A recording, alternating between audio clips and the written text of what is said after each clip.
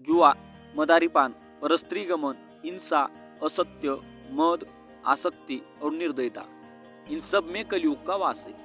भगवत गीता में भगवान श्री कृष्ण ने न केवल ज्ञान की बातें बताई है बल्कि जीवन जीने की कलाओं के बारे में भी बताया है। भगवान श्री कृष्ण ने अर्जुन को जो गीता का उपदेश दिया है वह हर मनुष्य के लिए प्रेरणा स्रोत साबित हो सकता है। गीता में भगवान श्री कृष्ण अर्जुन को उपदेश देते हुए कहते हैं, मनुष्य भगवत गीता की 18 बातों को अपनाकर अपने जीवन में उतारता है, वह सभी दुखों से, वासनाओं से, क्रोध से, ईर्ष्या से, लोभ से, मोह से, लालच आदि के बंधनों से मुक्त हो जाता है। आगे जानते हैं भगवत गीता की 18 ज्ञान की बातें।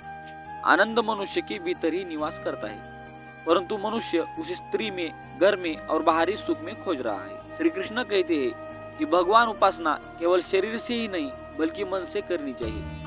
भगवान का वंदन उन्हें प्रेम बंधन में बांधता है। मनुष्य की वासना ही उसके पुनर्जन्म का कारण होती है। इंद्रियों के अधीन होने से मनुष्य के जीवन में विकार और परेशानी आती है। संयम यानी धैर्य, सदाचार, स्नेह और सेवा जैसे गुण सत्संग के बिना नहीं आते हैं। श्री कृष्ण कहते हैं कि मनुष्य को वस्त्र बदलने की आवश्यकता नहीं है, आवश्यकता है हृदय परिवर्तन की। जवानी में जिसने ज्यादा पाप किए उसे बुढ़ापे में नींद नहीं आती।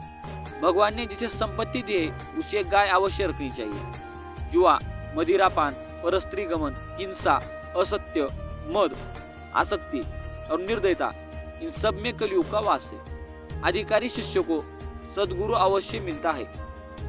श्री कृष्ण कहते हैं कि मनुष्य को अपने मन को बार बार समझाना चाहिए, ईश्वर के सिवाय उसका कोई नहीं है। साथ ही यह विचार करना चाहिए कि उसका कोई नहीं है, साथ ही वह किसी का नहीं है। भोग में क्षणिक सुख है, साथ ही त्याग में स्थायी आनंद है। श्री कृष्ण कहते हैं कि सत्संग ईश्वर की कृपा से मिलता है, परंतु कुसंगति में पड़ना मनुष्य के अपने ही हाथों में है। लोभ और ममता पाप के माता पिता है, साथ ही लोभ पाप का बाप है। श्री कृष्ण कहते हैं कि स्त्री का धर्म है कि रोज तुलसी और पार्वती का पूजन करे। मनुष्य को अपने मन और बुद्धि पर विश्वास नहीं करना चाहिए, क्योंकि ये बार बार मनुष्य को दगा देते हैं। खुद को निर्दोष मानना बहुत बड़ा दोष है।